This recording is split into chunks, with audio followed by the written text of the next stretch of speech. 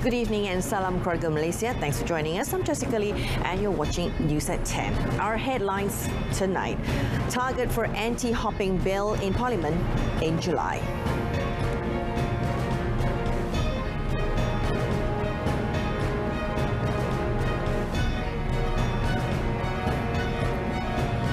Pilgrimage subsidy to be decided after Hajj quota is finalised.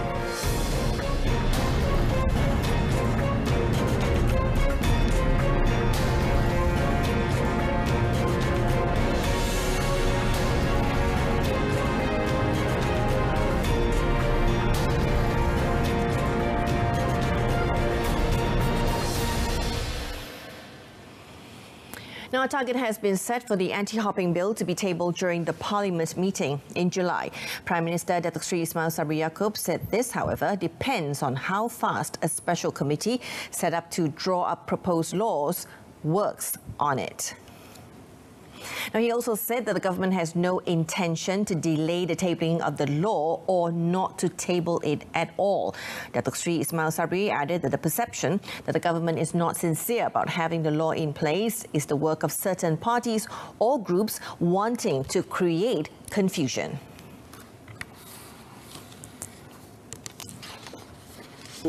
Fokus kita very jelas, sangat jelas, iaitu kebebasan berpersatuan masih lagi ada, tapi di dalam pilihan ini disebut tentang membership ataupun keahlian parti politik, ya, berdasarkan tindakan yang dilakukan oleh ahli Dewan Rakyat ataupun MP, ahli Parlimen, dan juga ahli Dewan Undangan Negeri. He said this after a briefing session for lawmakers and Dewan Negara members ahead of the tabling of the constitutional amendment in Parliament tomorrow. According to the Premier, Monday's special sitting would see Article 10 of the Federal Constitution amended, which is necessary move before the anti-hopping law can be put in place.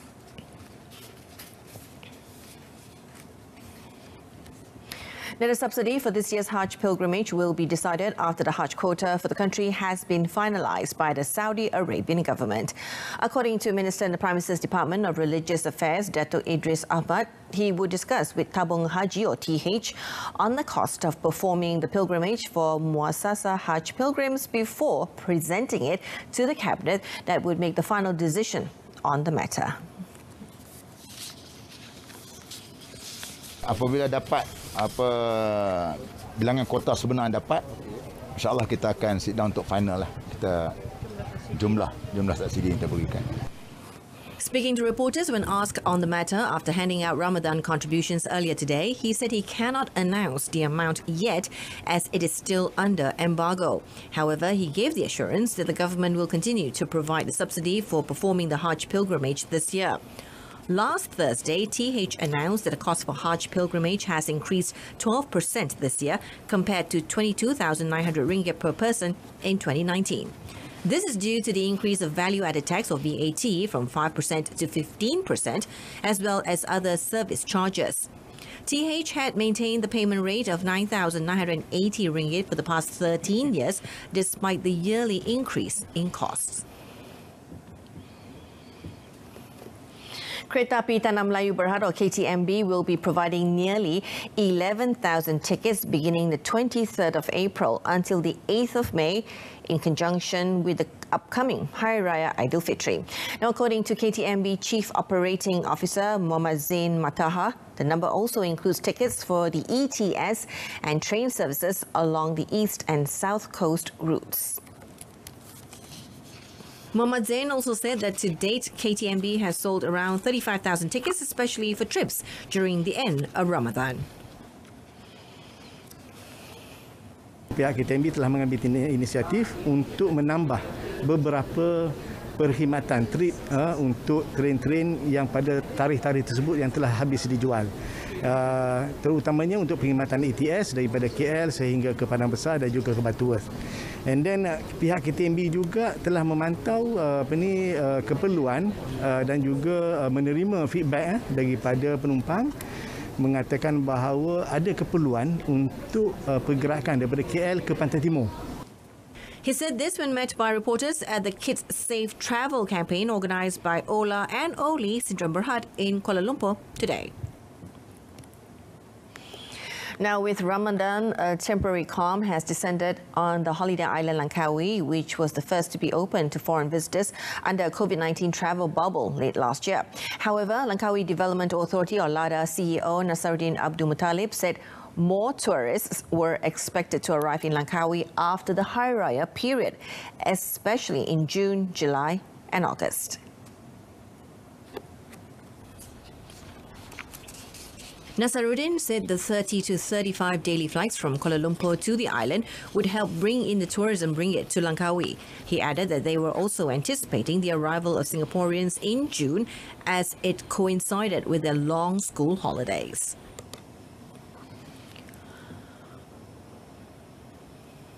Asia akan menyambungkan semula penerbangan terus daripada Langkawi ke Singapura bermula pada 29 April ini dengan kekerapan sebanyak 4 kali seminggu. With 19 international events lined up in Langkawi this year, Nasaruddin said he was confident the economy of the island resort would bounce back soon. In the first quarter of this year, he said Langkawi recorded 567,295 tourist arrivals.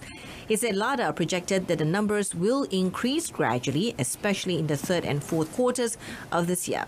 Nasaruddin added that LADA's target of 2.5 million tourists, including international travellers, by the end of the year looks a realistic goal. Now, the Johor State Government has agreed to provide Hari Raya Aidilfitri special financial assistance of half a month's salary or a minimum of 1,000 ringgit. According to State Secretary Dato' Azmi Rohani in a statement, the decision was made in the Johor Exco meeting held on the 6th of April. It would involve an allocation of 18.81 million ringgit, which is expected to benefit some 13,400 civil servants in Johor. The payment would be disbursed on the 28th of April, and government servants can check their eligibility through the Johor State Service Circular number 1 of 2022. The payment would also be given to staff under the Contract of Service Scheme, Contract for Service, part-time daily officers, as well as appointments under the Malaysia Short-Term Employment Program, or MyStep. Dato' Azmi said this assistance is given to ease the financial burden of state civil servants in conjunction with the Hari Raya celebration this year. The registration for the 150 ringgit in the form of e-cash credit under the Permula program starts tomorrow. The aid is specifically provided for eligible youths aged 18 to 20 and full-time students at local institutions of higher learning or IPTS.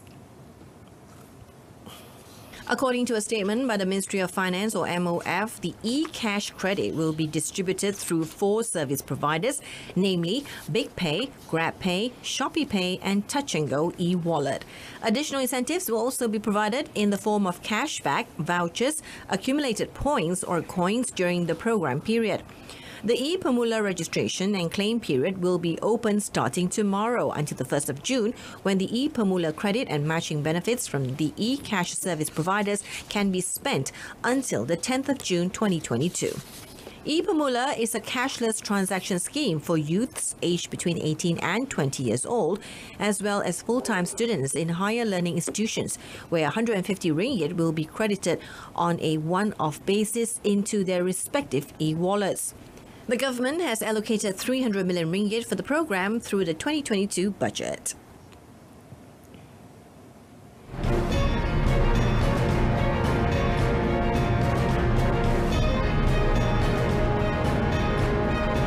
Coming up next, young woman convicted of husband's murder escapes the gallows.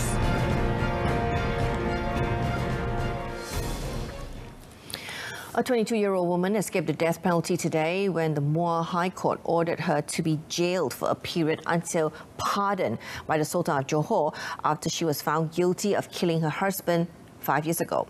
Judicial Commissioner Awang Armada Jaya Awang Mahmud came to the decision after finding that the defence had failed to raise reasonable doubts against the prosecution's case. The woman was charged under Section 302 with killing her husband, Muhammad Firdaus Mat Salahuddin, 28, at a house on Jalan Indah 6, Taman Pertama Indah, Sungai Abong Muar, at about 1:30 p.m. on the 14th of October 2017. However, Awang Armada Jaya in his judgment said as the woman was a minor when the offence was committed, she could not be sentenced to death, but rather jailed for a period until pardoned by the Sultan. Now, based on the facts of the case, the woman stabbed her husband, a poultry shop assistant, with a vegetable knife at the residence of the latter's employer in the incident that occurred about 5 months into their marriage. During the course of the trial, which began in 2017, 7 prosecution witnesses and 2 defense witnesses, the offender and her stepfather, were called to testify. The prosecution was conducted by Deputy Public Prosecutors Muhammad Azfar Mahmud and Mustaqim Surkano, while lawyer Yong Hao Kiat represented the accused. Kelantan police have seized firecrackers and fireworks worth nearly 400,000 ringgit in the first week of Ramadan. They were seized through numerous operations by authorities in Kota Baru, Pasir Mas, Tumpat and Bachok, along with the arrest of 7 individuals, including 3 women, all aged between 20 to 33 years old. Kelantan Police Chief Dato' Shafian Mahmad said the firecrackers and fireworks seized were not only for sale in local markets but also meant to be smuggled overseas by making Kelantan a transit or main passageway. Jadi ini menunjukkan bahawa walaupun kita percaya ada juga penyelundupan berlaku, pihak berkuasa telah berjaya mengesan dan menangkap mereka yang terlibat. So, dimaklumkan bahawa rampasan ini dibuat ada sebahagian kes tu penyelundup ataupun runner ni dapat melarikan diri dan sebahagiannya dapat tangkap bersama dengan barang-barang kes. He was met by reporters after the handover ceremony from the acting Kota Baru District Police Chief Superintendent Muhammad Suhaimi Ali to the new Kota Baru District Police Chief Assistant Commissioner Muhammad Rosdi Daud. Now, the Terengganu Health Department will conduct laboratory tests on samples of pudding buih, which is believed to have caused 2 children to suffer from food poisoning last Wednesday. The State Health Director, Dr. Kasimani Embong, said the samples would be sent to the Bukit Tunggal Food Safety and Quality Laboratory and the results would be obtained within 7 days. Dr. Kasimani said if the pudding is proven to be the cause of food poisoning, action can be taken against the trader who sold the food under Regulation 39 of the Food Regulations 1985. Now, yesterday, the media reported that the 2 siblings from Kampung Seberang Tuan Chik in Kuala Terengganu suffered from diarrhea and vomiting at 4 a.m. after eating pudding buih, which was bought by their mother from a stall in Bukit Tumbo at 6 p.m. last Wednesday. The children, aged 9 and 7, were admitted to the Sultana Nur Zahira Hospital on Thursday for treatment. Now, both of them are now in stable condition and one has been discharged. Meanwhile, Dr. Kasimani advised the public to be more careful when buying food during Ramadan and to avoid such incidents from recurring. She urged the public to practice the method of seeing, smelling and tasting food before eating, especially foods that use eggs, because eggs that are not cooked perfectly can contain the salmonella bacteria, which can cause food poisoning. Di Pertuan Agong Al-Sultan Abdullah Riyatuddin Al-Mustafa Bilal Shah and Raja Permaisuri Agong Tunku Haja Aziza Amina Maimuna Iskandaria have expressed their condolences to the family of former national rugby player Hisham Abdul Rahman, who died yesterday. In a post on the Istana Negara Facebook page, Their Majesty said they were saddened by the death of Hisham and hope that his family will remain strong and resolute in facing this difficult time. Their Majesties also described his passing as a great loss for the Malaysian rugby scene. Hisham, a national rugby player in the 70s and 80s, represented the country at the Asian Rugby Football Union Championship and the 1979 SEA Games in Jakarta, Indonesia. The late Johorian was the founder of the Anchorman Rugby Club and one of the individuals involved in the establishment of the Kuala Lumpur Rugby Union. Apart from that, he was also the first Malaysian appointed to the Asian Rugby Executive Council for 2 years from 2011. 999 application system. Getting emergency assistance is now easier. Save Me 999 Police connects the Malaysian public to the police. Save Me 999 Deaf for those with hearing or speech impairments. And Save Me 999 Blind for those with visual impairments. Download now for free on your smartphones. MERS 999 and applications make emergency calls easier.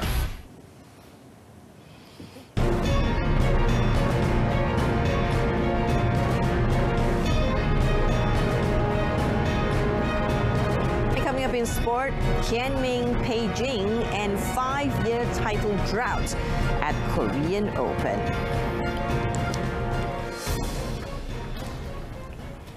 Now, Malaysia's professional mixed doubles pair Tan Kian Ming and Lai Peijing ended a 5-year title drought when they emerged champions at the Korean Open Badminton Championships today. Now, all the more sweeter, the duo beat the hosts pair Ko Sung-hyun and Yeom Hae-won at the final, which lasted 50 minutes at the Palma Stadium in Suncheon.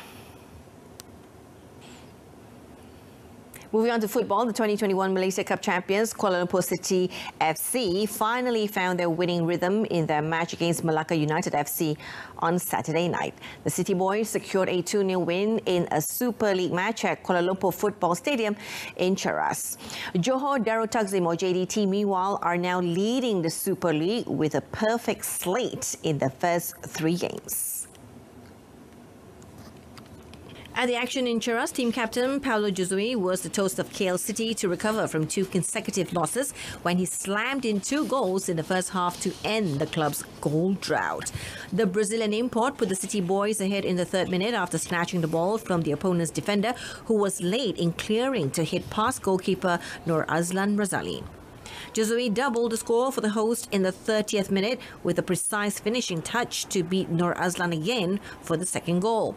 Now, after starting the season with a draw followed by 2 losses, the squad under coach Boyan Hodak leapt to the 6th spot after 4 matches with the 3 precious points collected on Saturday, while Malacca United fell to the 10th spot with only 1 point from 4 games. Elsewhere at the City Stadium in Georgetown, Penang FC and Negeri Sembilan FC were tied 1-1, settling for a point each in the Super League table. Both goals were struck by way of penalties, respectively, in the first half. Zakwan Adhar Razak gave Negeri Sembilan FC the lead when he was awarded a penalty in the 33rd minute. The Panthers, however, hit back through Hilal Al-Helway by a spot kick in the 39th minute to level the scoreline. The match remained level coming into the interval. Now, after the break, either sides were adamant in adding to their scoreline, but both sides remained tied at 1-1 until the final whistle was blown. Now, the fervent hopes of Sri Pahang to clinch their first win of the season in the Malaysian Super League did not materialise after being held 1-1 by Petaling Jaya PJ City FC at Darul Makmur Stadium in Kuantan. Sri Pahang collected their first point of the Malaysia Super League campaign following a 1-1 draw against Petaling Jaya at home on Saturday. The hosts took the lead in style thanks to Manuel Hidalgo's solo effort in the 38th minute. Now, that appeared enough for Pahang to seal the 3 points, only for R. Bharat Kumar's long-range strike in the 85th minute to find the back of the net.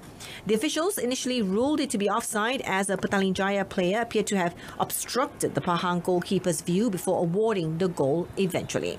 The result meant Pahang are on 1 point from 2 matches, while Petaling Jaya are in 3rd on 7 points from 4 matches.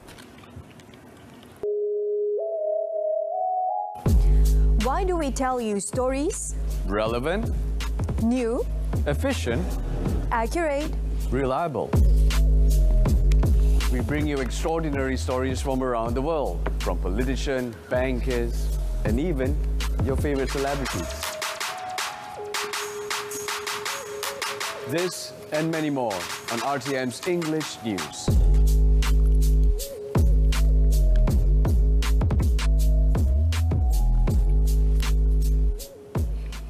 And that's it from us this evening in our top story, target for Antihopping Bill in Parliament in July. Join us for updates at noon at 12:30 tomorrow. I'm Jessica Lee. Thanks for watching. Good night.